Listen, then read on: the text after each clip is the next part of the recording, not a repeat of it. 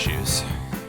Good evening, everyone, and welcome to Actually Comics for December 13th of 2023. What? My name is Tristan, and I am joined today, as always, by Bob, who is literally very low on this camera. He's almost looks like a Muppet. It's very high up. Honestly, it's not that I'm low. I'm in the same place that I always am. Here, let's de-Muppetize you. Camera is high. I'm sorry. You were overly Muppeted. I apologize. Am I now better? You're considerably less Muppety. Fantastic. And also, at the same time, we're in the Wild West, or what Hollywood believes Mexico looks like.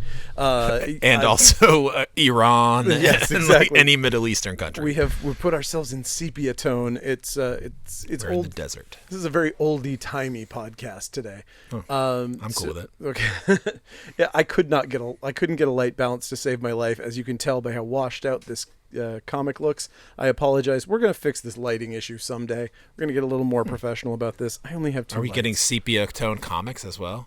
We are. These comics are from 1880. 1980. Way in the future, but Yes. but things go back to old-timey looking. Anyway, you know what? Speaking of an old-timey comic, something that started way back in the 1930s, a little something called Action Comics. It's good. It's good. 1060. It's good. It's fine. It's good It's and not it's fine. like it's not like the best comic you ever read in your life, but it's fine. Wait, what is the best comic I ever read in my life? I don't know what the best one you read in your life. For me, the best one I ever read in my life was, I don't know, Invisible's #3. Wow, I like that one where he gets the pigeon eyes. Okay. I like that one a lot. It's very beautiful. Nice. All right, I'll give you that. Addams Family, Charlatan's Web. I liked this a lot. Yeah, I like thought the this was first, surprisingly fun. particularly the first story in it was Yeah. very good. And it was interesting how they managed to homage the Charles Addams style, but also do a unique kind of newer style. I agree. I think it's interesting. The storytelling it's a difficult thing to do. It's a difficult thing to touch on the Addams Family because there's something so special about it when it's done right. Right. And I think in this case, one of the things that I think that they do absolutely perfectly, and that people can overdo because he's the most interesting character. Everybody always wants to have Uncle Fester front and center in all these things, but they do exactly what you need to do when you have Uncle Fester, which is he walks through the panel, says something fucking obscure, and that's it. Yeah. And then you don't see him again for a really long time, and that's really great. That's that shows just such a really great understanding of the characters. And I think also maybe taking a cue from the Wednesday series, but I don't really know much of the deep lore of Addams Family stuff, but focusing on the greater world that they inhabit and then having the Addams Family play off that. Was very smart. And also there's kind of a weird... It's a Body Snatchers riff. Yeah, like a Stepford Wives kind of thing. A Puppet Masters, if you want to be very specific to the original material for the first taking over people's consciousnesses story. All right. Sorry, I just read Puppet Masters for the first time, and I'm fucking obsessed. I never read it. It is so much better than I ever imagined because I saw the Donald Sutherland movie before I read the book. And after reading it, I think this is probably the third time I've referenced it on a podcast. And I'm just but it is it's stuck in my brain. I've read 5 books since then, and it's still just Who read it? Robert Heinlein. Oh, okay. Same guy that wrote Starship Troopers and Stranger in a Strange Land and all of those sorts of things. All right. So it's it definitely has different levels. And it's one of those weird things where it's one of those metaphorical concepts that you think is a staunch liberal concept, and then you're no, I think he's coming at it from a really conservative standpoint, and then you can't quite pinpoint where he's coming from, and I find that fascinating. Just from usually when you see someone has a point to get across. Yeah. And with Starship Troopers, it's when it was done by, what's his name? RoboCop guy. Of course, when Paul Verhoeven made the movie, he was people are terrible. I want everyone to see that America is just the worst place on earth and it's full of assholes. Yeah. It's and I mean, he did it in one scene. I mean, one scene though in that movie with Doogie Howser, where he puts his hand on the bug and he's like, "What's it feeling?" Yeah. It's afraid, and then the way they all Everyone cheer. cheers. That's like that's the scene right I there. mean, there's 100 of those in that movie. Yeah, God, that I do movie's love a that movie. goddamn brilliant So piece good. of work. So good. Love it. Anyway, you know what else I love? What? I love The Alternates by The World of Minor Threat. Yeah, I mean it's fine. It's not actually The World of Minor Threat. If it was The World of Minor Threat, Minor then threats. you would, of course, not be able to I mean- drink near it. And instead, you're allowed to drink near it. Oh, because of the teetotaling. Because he's a person just like you, but he's got better things to do than sit around, fuck his head, hang out with the living dead, Yes. snort white shit up his nose, etc., etc. Yes. Because he's got straight edge. Yes. That's the moral That's of the story. Story of the minor threat. Story of the moral. We got American Psycho. That is number 2 of this series that I thought was going to be a flash in the pan and no one was going to pay attention to it. And boy, did people latch onto this thing. I was like, what more did you need to say in American Psycho? It didn't feel like this was something that needed any more. Some things people just are so obsessive yeah. about. Like it always catches me by surprise too. I would have thought that this would Same. be no big deal, It's- but yeah. NBD as they say. NBD. You should copyright that. Yeah. Remember the BoJack Horseman joke with BD Wong? NBD. No. It's one of my favorite BoJack. My wife and I. It's no big deal in that it doesn't have BD. I'm butchering the joke. All I know Wong. is that everything in that series made me depressed. Yeah. It's so good though. Batman and Robin caged like animals. Yeah. In issue number 4 of this series that I have gone on record as saying I don't get it. And I don't never will. get this one either. I'm not gonna lie. Yeah, I just It it's just not my feels extra. thing. Extra. Batman and the Joker, the deadly duo, but unplugged. Speaking of Make it extra, unplugged. this is the definition of extra. There's a couple comics that are sort of the definition of extra this week. Yeah, but I mean, unfortunately, the reason that this is not extra is because the whole point of this is the Mark Silvestri artwork. Right, and, right. Every other part of it is what's superfluous. Yeah, and probably you that's- could have just like ignored it completely, except for it just gotten this, if that's the thing you were into. Exactly. Did you read this? Batman: The City of Madness? Yeah. I have not. No. There is a 1-page deal in there that is one of the fucking craziest Batman things I've seen in a long time. Really? Yeah. I mean, I really enjoyed. It involves the ventriloquist. One of my favorites. Yeah. Yeah. It's And his it's little buddy Scarface. genuinely disturbing. Awesome. Like genuinely disturbing to me personally. I was like, "Whoa, you thought of that." All right. I like it. Yeah, it's pretty good actually. I mean, it's not my thing. I chose my Batman book this week, and I think I did okay because I enjoyed the one that I chose. All right. And I'm curious which one it And was. you know, City of Madness obviously should have been the one that was more up my alley because I am a horror person think- and I like the Lovecraftian nonsense. I think I will recommend City of Madness as a trade, but man, in Agreed. that number 2 there is a image in there that's like, man, that is like no one's done that before. Wow. Okay. But there is also Raphael Grandpa's Batman, the Gargoyle of Gotham. Definitive Commissioner Gordon. Like there's never been like a David Mazzucchelli or Mazzucchelli, however you say it. Sorry, like that's previous to this has been the definitive Jim Gordon. This is like how I envision Jim Gordon from now on. Yeah. I actually really like the Gargoyle of Gotham. It's cool. There's something to this. I'm only flipping it just now. Oh, do you want me to find the thing and show it to you? This Christian Ward thing, the City of Madness, that I find. Here's the problem. I have strong feelings about Lovecraft. Yeah. In a lot of different ways, but one of the things that I do not like about the popularization. Okay, I do really like that. That's pretty fucked up, right? It's good stuff. I like it. I don't like. So the entire concept behind a lot of these elder gods in the Lovecraft thing, one of the big tenets of what makes them terrifying, aside from the fact that they see us as bugs and just don't even notice our existence. Right. They are the embodiment of a cruel universe that doesn't give a fuck. But also they are so immense and so complex, and their geometry is so of another dimension and world that we can't conceive of it, and it breaks our minds. Like, it's non-Euclidean geometry and these concepts that just do not make sense, and it literally drives people insane. Hence the concept City of Madness, based on the Lovecraftian. It's driving you insane with its horror.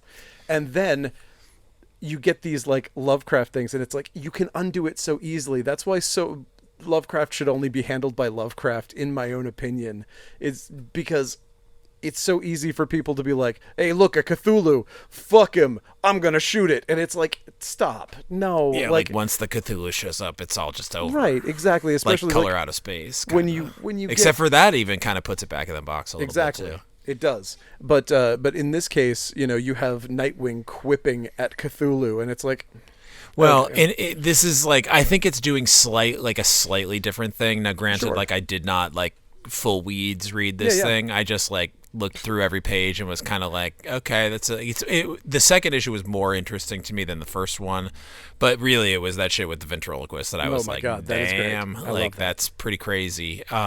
But no, and they're doing a good job. It's too Court of Owls is the thing that I have a problem with it. It's just like I just don't enjoy that concept very much. But the end of the story is that I find Gargoyle of Gotham to be kind of a delightful story. I think it's really well told. Oh shit! And the art is just beautiful, and it's very strong. It's just a very strong Batman story. Yeah. You know what? Here, I'm just gonna put it up here. Oh man, it makes you so happy.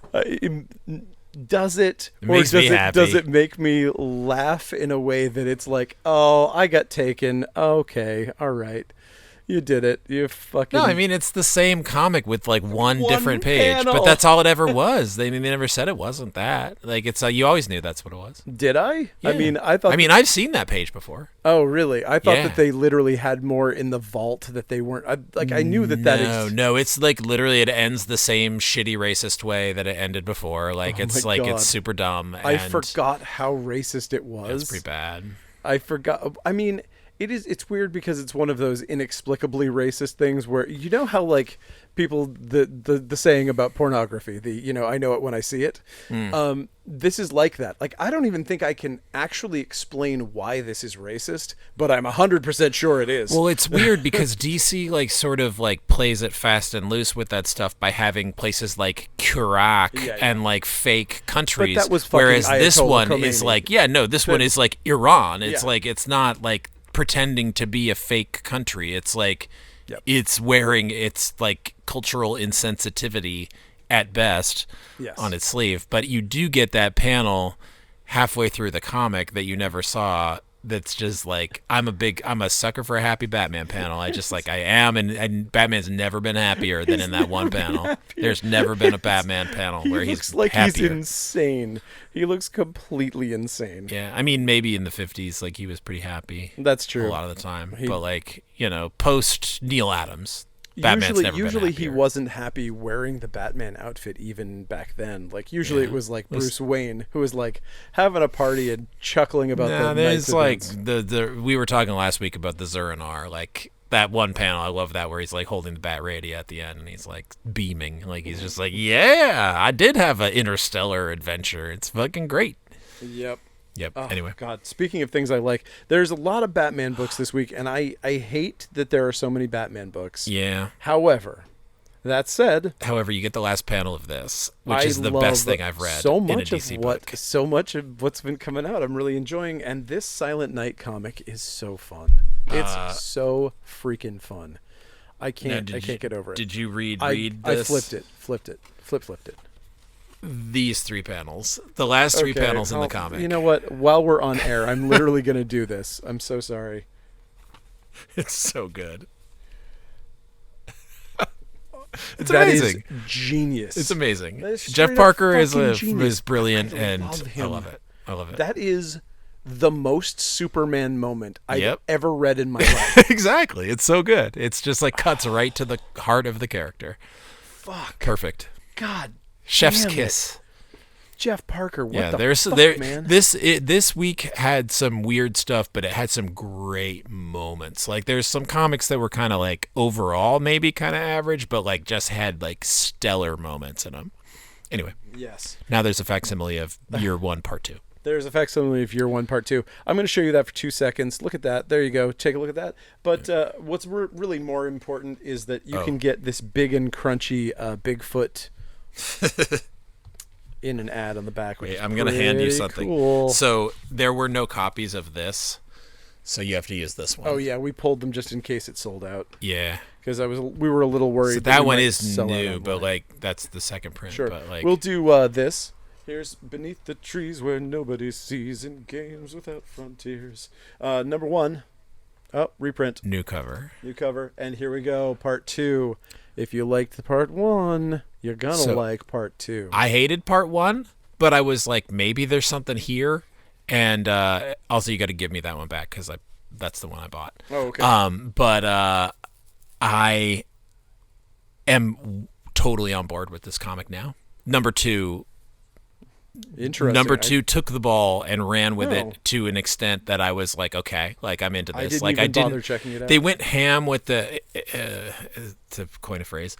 They went ham with the vivisection in the first issue, and I was kind of like, this is not my bag. This is not what I want. But then they did stuff in this issue that was much more subtle and much more interesting, and I'm into it. I think it's good. I'm surprised you bought this.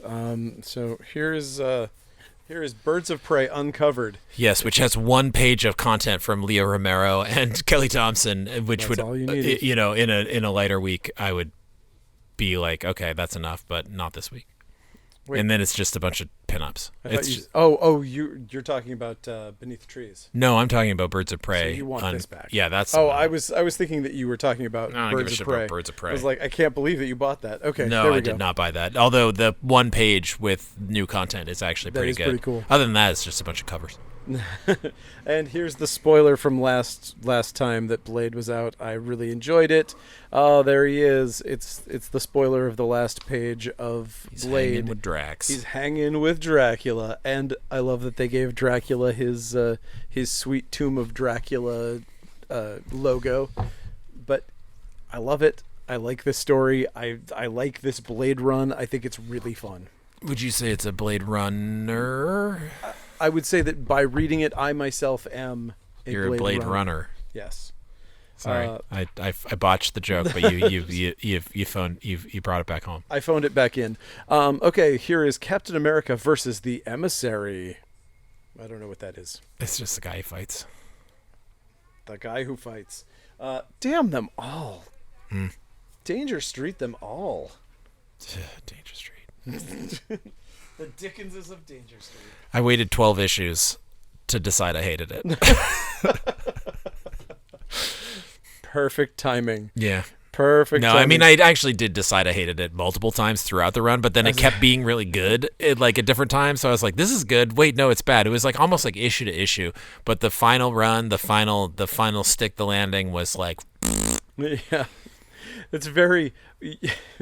As a reviewer for a podcast, to be like, at issue 12, it sucked. Sorry, I told everyone to buy it. It's funny because it reminds me so much of, as a subscriber to Fangoria in the 80s, they would always pull this thing where the month before, it would be like, we're on set with the best horror movie you've ever seen. This is going to be the greatest. We've seen it, and we know how good it is, and you got to check it out. And then the next month is like, what a stinker. Can you believe that pile of garbage? Who would ever recommend something like that? Hey, Fangoria, you fucking did. In my defense, there were parts of Danger Street that were enjoyable. Yeah. It's just overall, the whole thing was...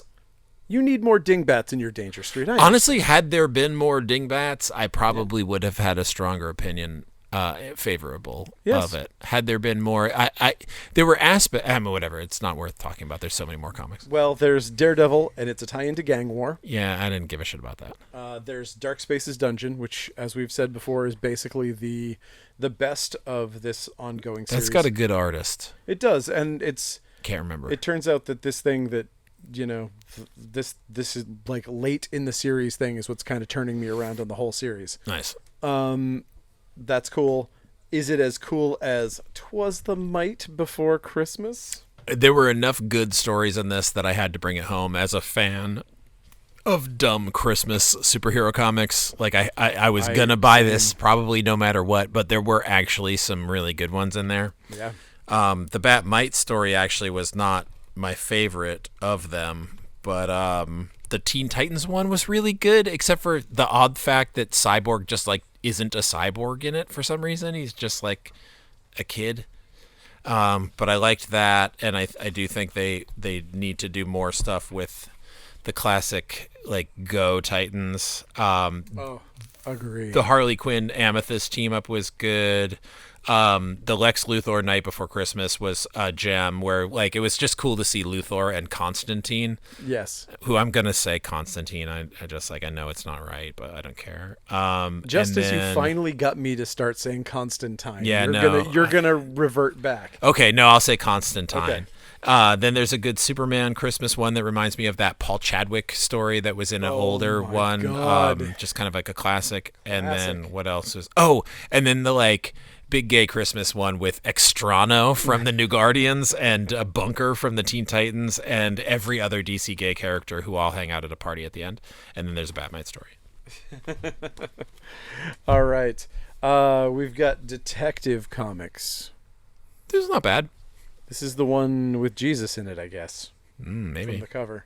Earth Divers, 1776. And it feels heavy metal. Woohoo. Earth Divers to Faceless and the Family.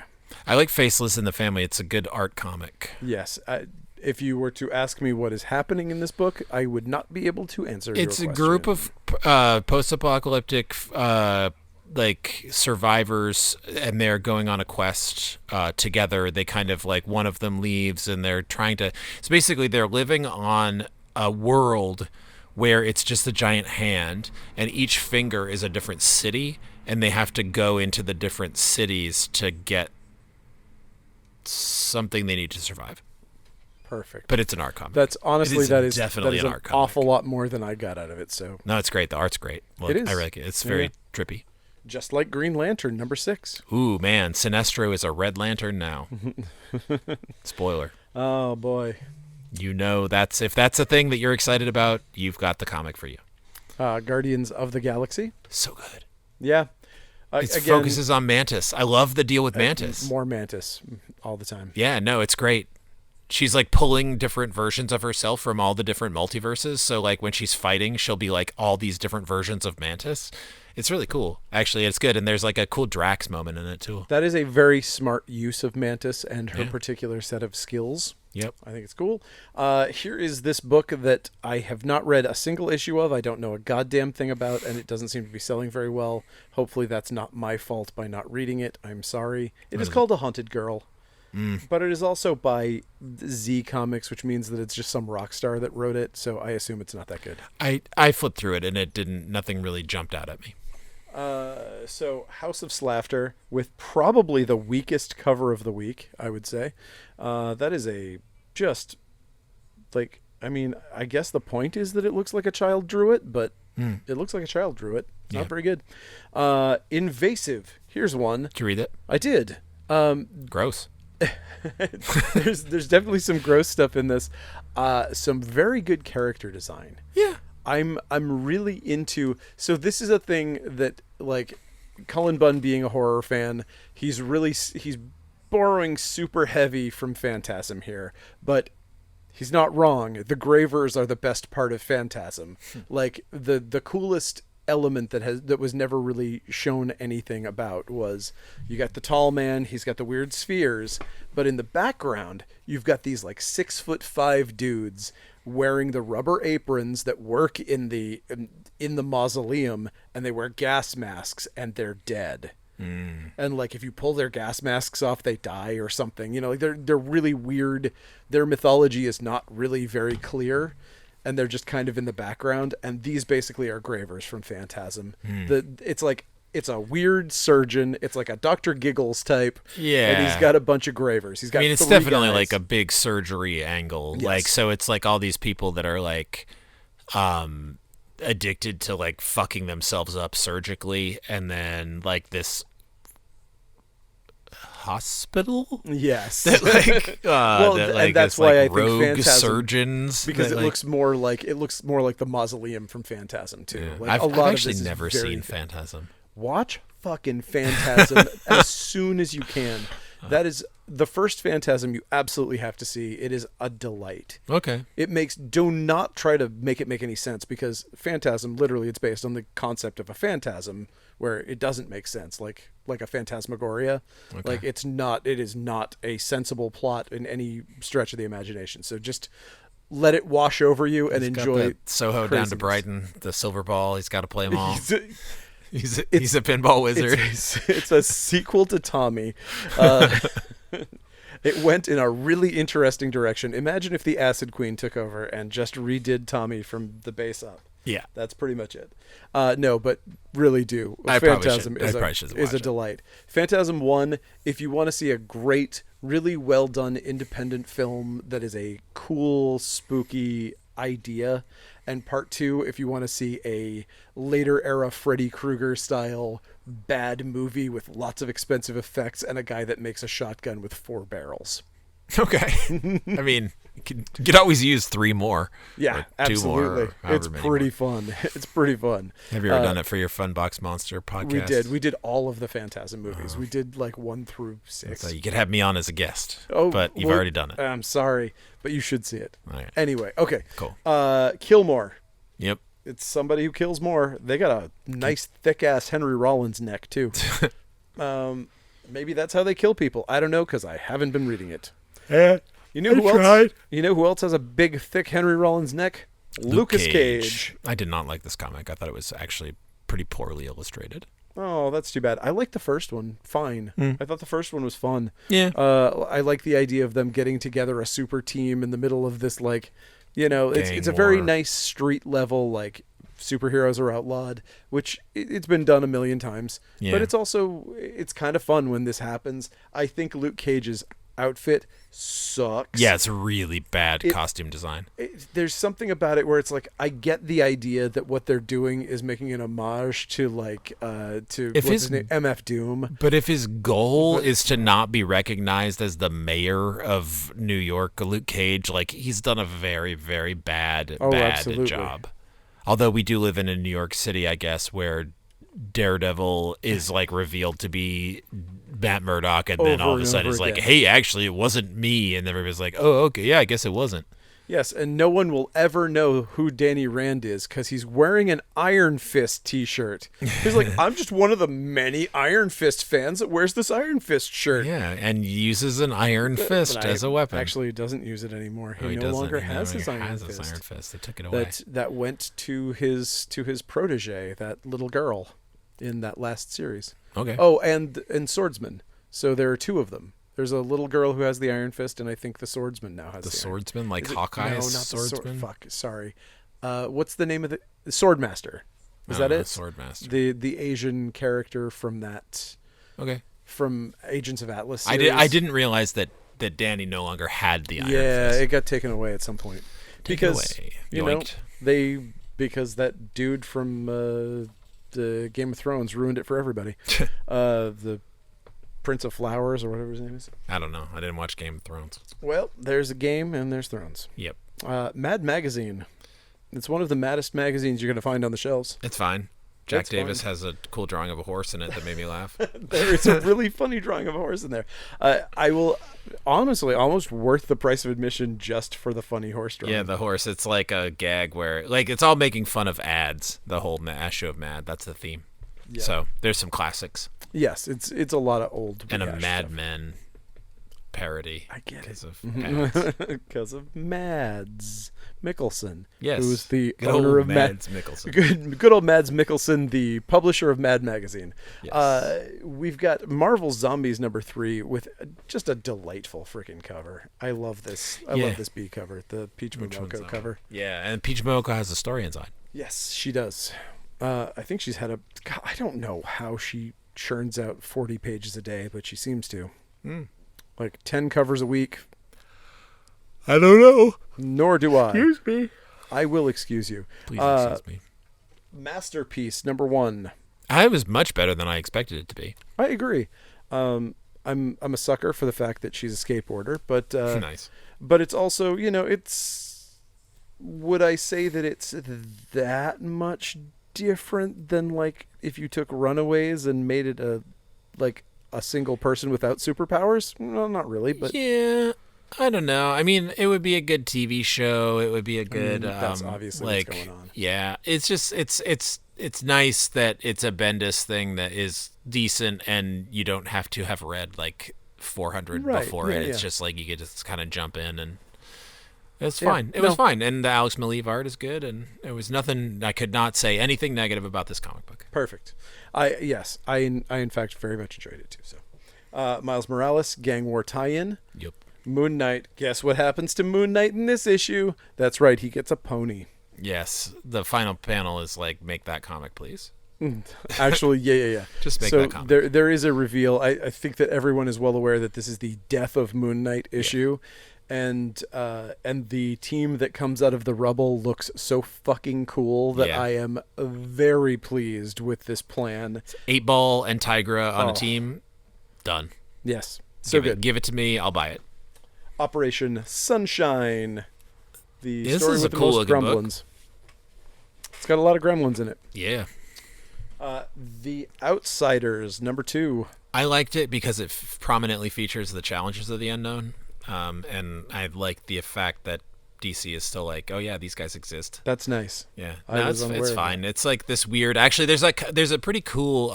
They're really going for that planetary riff, like Yeah. of just like Yeah. here's a graveyard of undersea behemoths kind of thing. But it was fine. I actually don't hate this Outsider series. The only thing I really don't like about it is that it's called Outsiders, because it is definitely not an Outsiders comic. It's just like, what else are you gonna call it? I guess. I don't know. Interesting. Okay, so Teva. here is the potential jump the shark issue of Phantom Road. Yeah, This is the one that is either going to win you over or lose you forever. I am in the it won me over. Interesting. camp. I dropped the book a couple issues ago, even though I enjoyed it. It just wasn't like over the top in terms of like what I'm bringing Until home. This issue.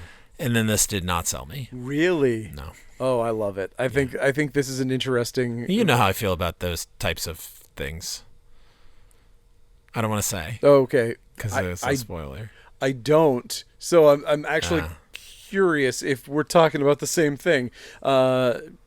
Mascot costumes? No, not. Okay, then we're talking about something else. We'll not spoil it. Another great issue of Punisher. Yeah. Thought it was really fun. If you're looking for a Punisher book, this gives you everything you wanted. If you're looking for Punisher fighting the what are those guys called? The 8-Balls of crime? No, they're called my like God, what are they called? the Oddballs or something like that. They're no, called. They have a shit. name. They do. I can't remember what they're called. Hawkeye fights him Yes, they're in the terrible. 80s. It's great because they have Guy Gardner Warrior on their team too. Oh no, that's that guy is from Daredevil. I'm aware. It's just every Shotgun. His name is literally Shotgun, and his No, arms are I mean, shotguns. they do call him that at some point, but he has the Guy Gardner Warrior powers. Yeah, but He what's makes his name? He makes though? the weapons. He does. He has gun arms that become guns. Oh, my I thought his God. name was Shotgun. It's not. I'm gonna Shit. Google it. You keep going, and I'll Google it. And they're also called the Night Shift. That's the name of the. The stupid Night team. Shift, but yeah, they're called themselves the Night Shift in this, but the characters on it are from the oddballs, like the Okay. goofball ball themed. Like one of them is like cue ball or like something. I don't know. I can't. Tons of balls. We got Quick Stops, Volume 2, Number 1, with a delightful Movies Watchmen parody cover, which is actually honestly pretty good. Let's see, Radiant Black, Radiant Black. Rogue Sun, and one of my favorite teenage witches, a little lady named Sabrina. She's having a holiday special. Which holiday is it? Bushwhacker. Bushwhacker. Guy's Yeah, named from Bushwhacker. fucking the Moon Knight. Daredevil. Moon Knight. His first appearance was Moon Knight number 1, or Really? yes, I believe. I believe that is true. No, Bushmaster is the Bushmaster. That's a different guy. Yeah. Sorry, and Bushwhacker. Is Whackmaster somebody? I hope so. He first appeared in Daredevil. Daredevil, and then he fought Punisher and Wolverine at some point, according to the Wikipedias. He seems like a bad person to fight Wolverine. Bushmaster, and that's the name of a type of gun. It is. Manufacturer. So sure is. I'm surprised they didn't get sued. Which one? By Bushmaster. Bushwhacker. No, I don't know. I'm confused now. Whackmaster is also definitely not the name of a gun. It's also the name of the worst rapper ever. Whackmaster Flash. And the Furious Five. All right, so we've got Wesley Dodds, the Sandman. It's good. Scrapper, the like dog. Scrapper the dog. Scrapper the dog. Cherub the angel. Silent Night, Deadly Night. Killer Santa. Can't go wrong. If you're looking for a Killer Santa, there's not really a more classic Killer Santa. Nay. Than that. Maybe the Jack Davis Killer Santa from Tales from the Crypt. But, ooh, yeah. Outside of that, pretty good. Silver Surfer, Rebirth Legacy. I'm probably going to get called on that by somebody because I might not be Jack Davis now that I think about it. I mean, if it's EC, it's Jack Davis or Johnny Craig. Right, I think it might be Johnny Craig, but whatever. Okay. Or Will Elder. No, it's not. I could just name other EC it artists. Definitely is not him. Joe Orlando. It's one of the two. It's not Joe Orlando. 100% is not Joe Orlando. Silver Surfer, Rebirth Legacy. Yeah. Number 4. And I would say that this was a surprise.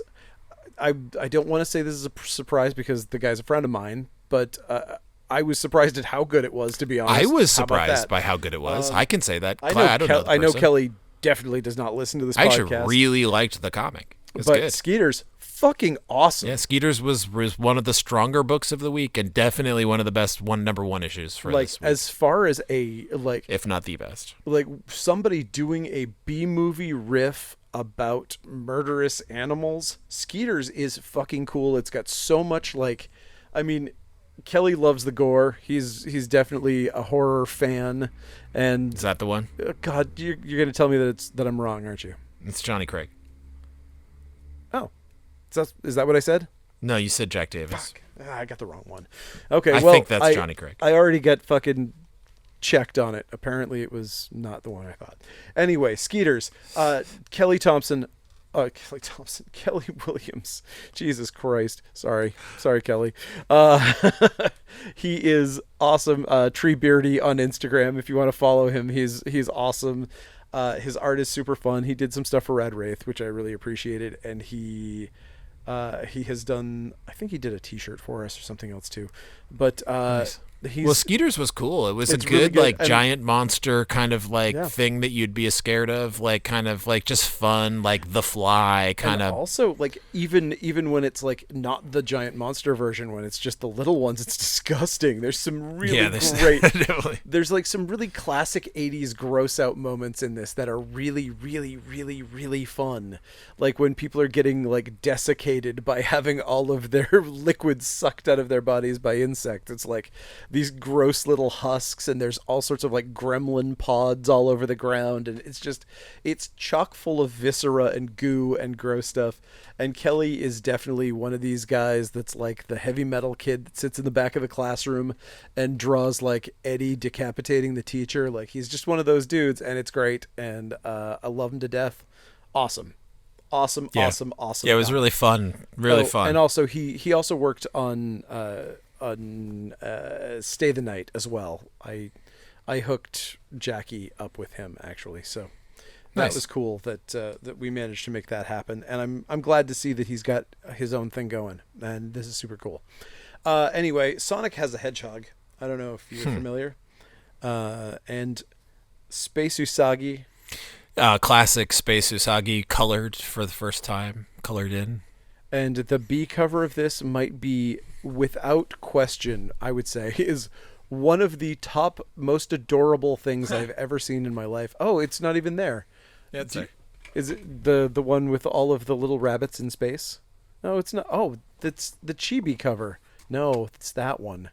Look at that thing. Look at that fucking cover.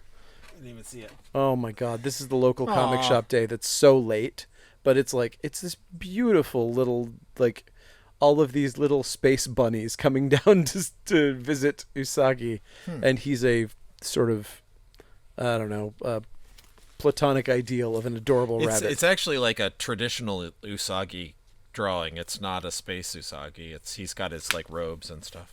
But if you see the cover, it's also all of the little bunnies are coming from space when in the real version. The 1 in 10 version is the colored version of that cover. Oh, cool. And it's just it's a great cover. It's really pretty. Nice. Yeah, it's a cool. It is dreamy and delightful.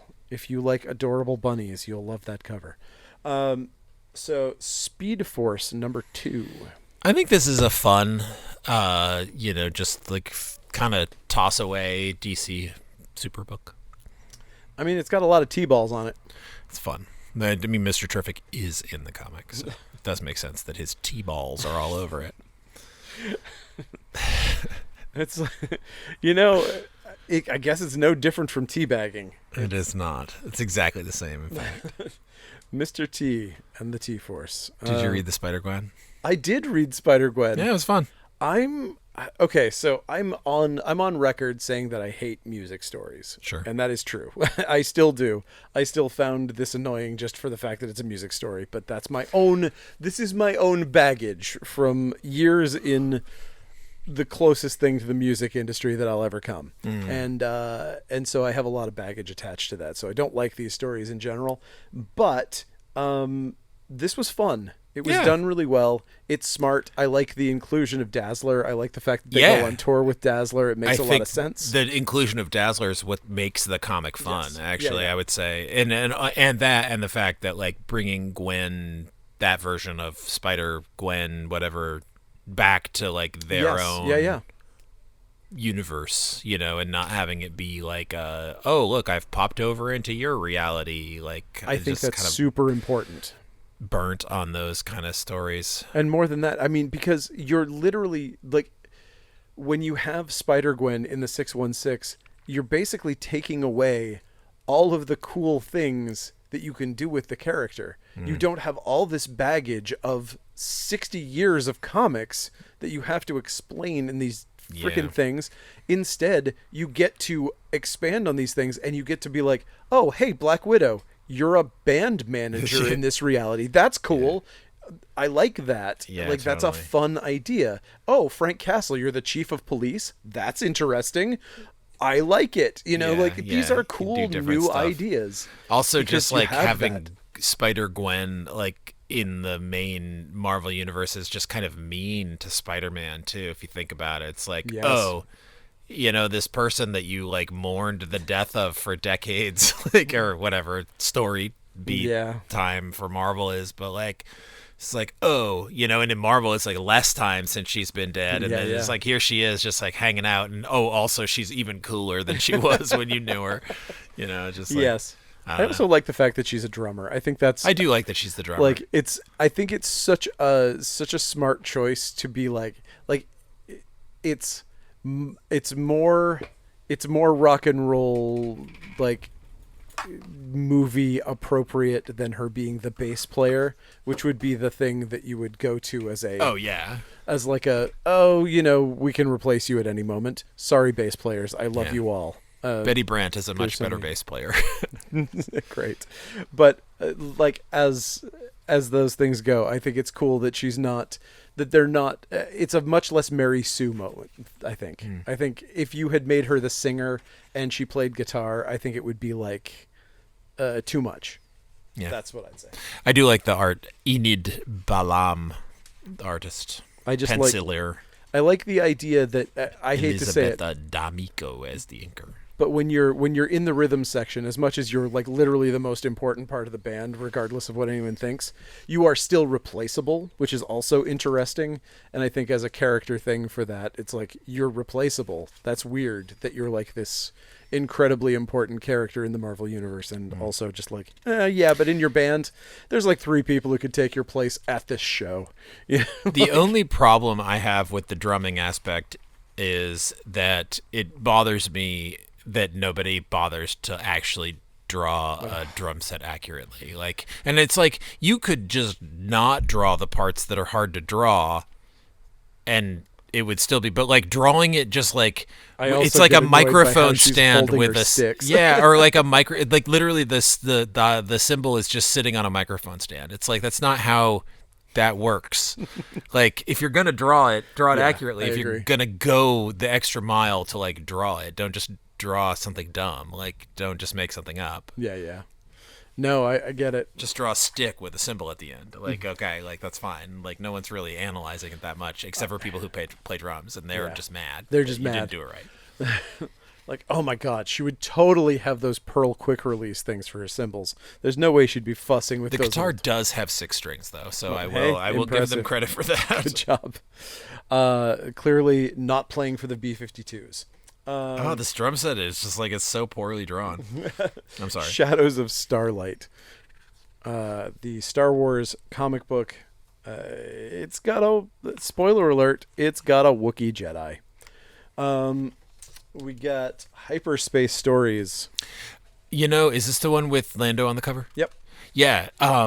Actually, I like this artist a lot because I love that Tag and Bink star. So I have a soft spot. Absolutely. This Yeah, is yeah. like if you're gonna draw a Star Wars comic in that style, that's the artist I want doing it. Yeah. I thought this was actually pretty interesting because it's like a post Return of the Jedi. Like it's like after they have like Ben Solo is like a little baby in it. But it's like what's his name is in it, like Lando is in it, but also The guy that looks like a pile of, Num and, the guy that like- looks like a pile of or flapjacks. at least there's like there's a guy, I don't know if that guy died in the Star Wars movies. And I don't this think is so. A different, yeah, no, he dies in the later ones. Does I oh remember Niaid his Num? Yeah, In the, Nien like, Num. I the- remember his death. the so it must modern have been, ones? Yeah, I think so. Oh, Must be. gross. Maybe not. Stupid idiots. Quit making. Dumb Yeah, that guy's cool. I like him. Anyway, it was a fun Star Wars comic, which is, as far as I'm concerned, that's what the Yes. high water mark is. Was it fun? And in this case, yes, it was. Yeah, and I think in this, I agree. I can't remember who I was talking to about this, but at some point there was some conversation about why. It was. Doesn't matter. But this is why Dark Horse has Star Wars. Yeah. Like, Marvel is not going to do this. They're going to continue to do movie type stories. Yeah, they're that going to be have- obsessed with canon and things like that. And it's Exactly, like you're and not it's going to gonna just be- do a fun story that could fit. And it's not going to be done in a visual style that's like this. Marvel got obsessed with house style for all of these things, and so they're just forcing artists who otherwise would do something cool or interesting like these books into doing things in a more house style, so that Mark Hamill always looks like Yeah. your Luke Skywalker always looks exactly like Now, Mark Hamill. granted, the guy draws like you can tell it's Luke Skywalker. Of course. Like he's not. It's just he But has a he different type has of a- style. But yeah. he himself is drawing in a cartoon style that is interesting. Superman, he's still lost 9 issues into this thing. I don't know what the fuck 10 is wrong issue. with him. He's actually not lost in it. It's about his time being lost Are and you sure his that time he's not returning. emotionally lost? I think he is, but the only thing that really bugged me about sorry, I'm too far from the mic, but the thing that bugged me about this is that Dan Jurgens is does half the art in it, and it's not that I don't like Dan Jurgens, but the juxtaposition of the styles, I didn't like that. Like it took me out of the story in a way that I guess you got to do what you got to do, but I was like, didn't All work for me. Well, what about the Enfield Gang Massacre? I love it. Also, it's on newsprint, so even if I didn't love it, I'd still be tempted. Guess who's back in Immortal Thor? It's everybody's favorite, the Thor Core. Yeah. Thorcore. Thorcore. Not just a style of music anymore. No. Man, that is a lot of color on that cover. Yeah. World's Finest Titans. This is a fun series. It's been a delight. I wish that there was more stuff like this. Yeah, the only thing I wish there was an entire line of DC Comics that was like, here, this is the fun line of comics where we do fun stuff, and the other stuff will be bogged down with emotional drama. I will say they came up with an evil Teen Titans team for them to fight, and they're kind of lame. They is are really my definitely only lame. they're kind of lame. There's an ant guy. I'm just why? I don't know. You could have chosen any other teen villain from that time period. Anyway, whatever. Yeah, that's fine. Listen, we've got Titans Beast World. This is just This is how you do a crossover. Yes. Absolutely. Like, it's good. Very enjoyable. The first issue was like really cool. I mean, obviously, like there's like shit where it's like how they're gonna like get out of the trap that they've written themselves into pretty easily. But like this is a Crisis on Infinite Earths quality crossover. It's very good. Yeah, it's good stuff. Oh. I'm really enjoying it. Two issues into it. I definitely will say that there are a couple of moments where I'm just like, there's a conceit to this comic that I wish they would have addressed. Maybe they did and I missed it, but they're like, look out, there's spores everywhere. We can't risk anyone. As soon as you breathe them, blah, blah, blah. Guys, we just got over a fucking pandemic. I got a crazy idea. Put on a goddamn mask. Yeah. Then Starfire won't breathe in the fucking spores. I think the whole deal is within the series it is addressed, not like over the top, but it is addressed in that like this whole thing is staunch anti-maskers. No, it's like all happening in the space of like a couple minutes. Oh, okay.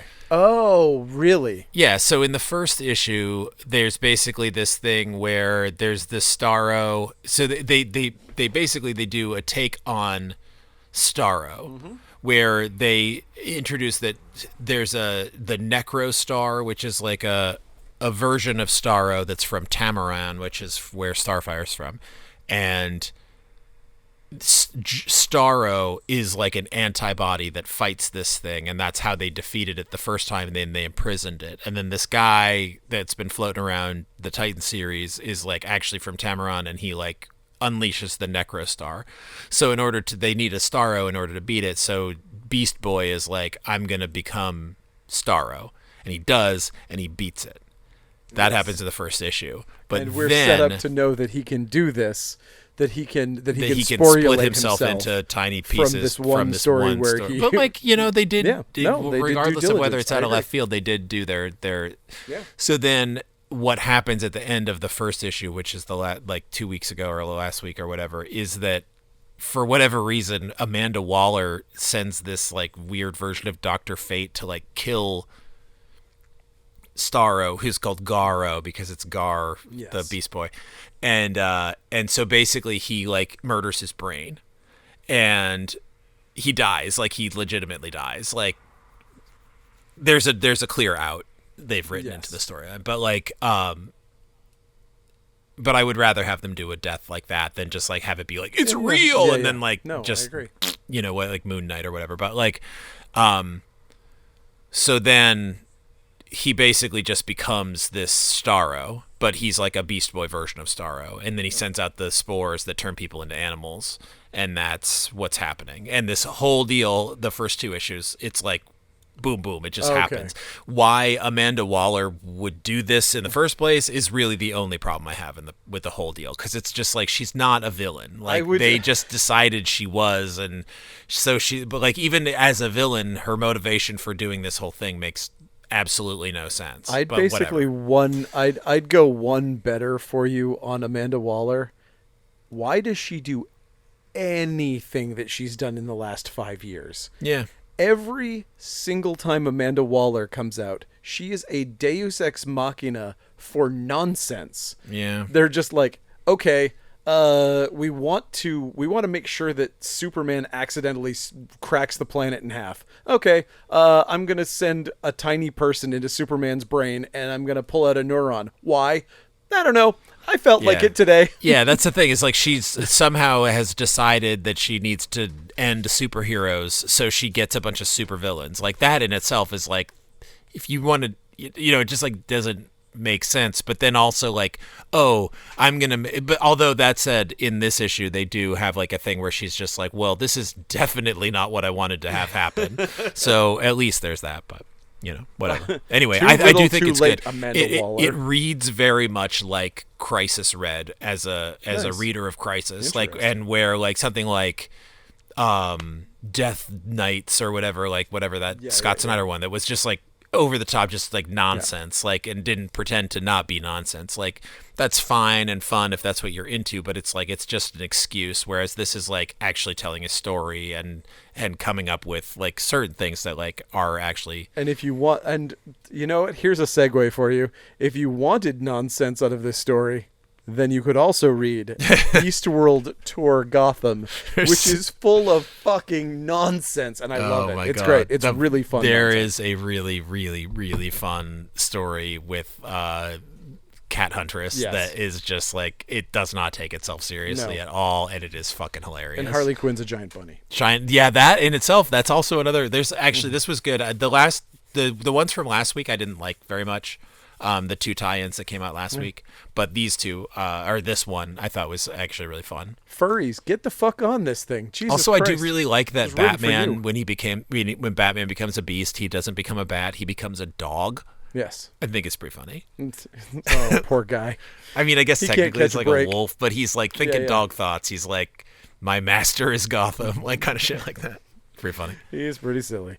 Okay, so we got Under Heist, the new book from David Lapham. Yeah, no, it's fine. It's more supernatural than I was expecting, like a crime story, and it is a crime heist story, but it's also got this like weird demonic possession thing kind of going on. It's got a culty thing. We don't know if there's really anything to it yet. That's a good point. We don't know if it actually works. Like it's like, well, it's he's got a the scar on his back that changes as things happen. Like, I guess that's true. So I guess there does seem to be element possibly a supernatural element. And I will also say that I found this harder to read than the average David Lapham comic. Yeah, it was a little hard to access. It felt like it's. I mean, it was difficult for me sitting here, like doing this quickly. I think if you give this the read that it deserved, I don't think it's going to be like that. One of these days, I'm going to do the podcast backwards. Like, I'm going to read for the podcast backwards, because the problem that happens for me is that, like, when I get to you, I'm so burnt from, like, going through, like, 50 comics that, like, I'm not going to give something that's U or T or W the amount of attention that it probably deserves. That's true. That's why you didn't give Vampirella Rage Dracula. That's correct. That's 100% why. That's the only reason. It's the same reason why I didn't read this. Waller versus Wildstorm, the read that you deserve. The same reason I didn't give this. White Widow or Wimmy Wangle. No, Witcher is a different reason. It's because it's a tie-in to something I've never seen. Fair. Or Dark I did read Dark X-Men. I wanted to see how it ended. I like Dark X-Men. Yeah, it's fine. And actually, I like X-Men Red. I didn't care about the X-Men Red. I think X-Men Red's fun. But and finishing it out today, we've got Zawa, the Belly of the Beast. This is your mall goth content of the programming. It's fun. Yeah. Art's fun. Yeah, if you are into this type of thing, it is definitely, it falls into that kind of like, I don't know. I can't think of anything else to call it other than mall goth, because it really it's got that like Tim Burton-y kind of, like Jonan Vasquez-y. Yeah, it's definitely like somebody who grew up reading that stuff. Yeah. That's what it feels like to me. And it's good. But I mean, it's like Scotty Young or any of those guys. It's just good stuff. I heard the first issue sold out. It did, yeah. It sold very well. Yeah. So it's a good audience book for it. Yeah. Nice. And it is well written, and the art is.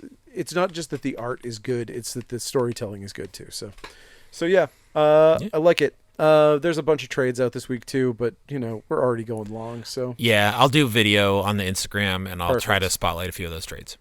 Appreciate it. Thank you for listening. Follow us at Actually Comics. Follow us at Coast City, and buy stuff from coastcitycomics.com. Helps us keep making these things. Helps me afford to buy better lighting so that this thing won't look bad in the future. At some point, this thing, I will eventually get this to the point where it actually looks like something, I hope. Fingers crossed.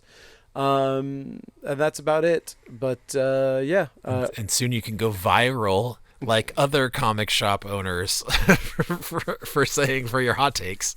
Oh, I can't wait to have some hot takes. Yeah, your hot takes will go viral. No. You have to complain about woke comics, though. So get ready. I hate comics. You got to hate the woke comics and the anyway, sorry. Oh God, I can't even. What you got to do is just anymore. actually like say something that's like meaningful, but then it could be taken out of context, and then have someone take it out of context, and then totally crucify you online. You mean literally the reason that I stopped doing anything with Twitter? Yeah, and literally will not talk about anything on any platform ever again. Yeah, I'm just smart. Like any of my personal opinions. You just let me say all the hot takes. I pretty much leave any worldly personal opinions out of any of this stuff. The problem with me is that my takes aren't like cancelable, really, No, for the most part. my takes Although I aren't. shouldn't say that out loud. Maybe Right, there is exactly. some, Maybe there is. tempting fate. I mean, yeah, my takes are not all that hot. No. I think some. Just like comics. Yeah, I like it when comics are good, and I understand that some comics aren't for me, and I like that I'm in the minority of comic shop owners who like the idea that comics are for everybody. Sorry, everybody. I know, right? Sorry, everybody who wanted to keep it. You're in the minority of business owners who, for some reason, actually, Donnie Cates, who I don't always have the best things to say about, had a really good hot take about, or a response to like one of these hot take things where he was like, I'm going to paraphrase it, but he was like, don't you love it when you go into the hardware store and the guy working at the hardware store tells you about how much hammers suck? I thought that was really good. Because it's like that doesn't happen outside of comics. Like some comic shop owner is going to be like, yeah, comics suck now. Like you sell comics. Like they're good. Like, come on. It's so funny. It's not really No, I mean but it's funny though because it's less like I think that's a little bit of an exaggeration because I don't think it is the comic shop owners. A lot of times it is people who come in who haven't read comics in 40 years. I do see a fair amount of comic book shop owners who like to talk about how bad comics suck. And I do think that it is fucking dumb. Even if that's what you think, you shouldn't say it to people who are coming into your store to buy comics. I think the industry sucks though. So maybe that's a hot take. I think the industry that's the terrible corporatized industry is ruining people's lives in a lot of ways and is not doing justice to creators or anything else. That's why you got to embrace the shadow economy. Yes, exactly. That's why we only sell anarchist comics. And pot. Yeah. Oh, wait, no, that's legal now. Right, no. So crack. All right, enough of this. Yeah, enough of this trying to get canceled. Hey, let's tempt fate. Yeah, exactly. www.coastcitycomics.com. If you want to purchase things to help us to buy lights. I wish I cared enough to have a Patreon, but I don't. Anyway, it's too much work to make 25 cents here and there for nothing. I'm making a comic. Nice. Do more. I'm going to. Okay. I'll share progress. Excellent. I love it. All right. That is it for tonight, and we will see you next week. Thank you so much. Bye. Goodbye.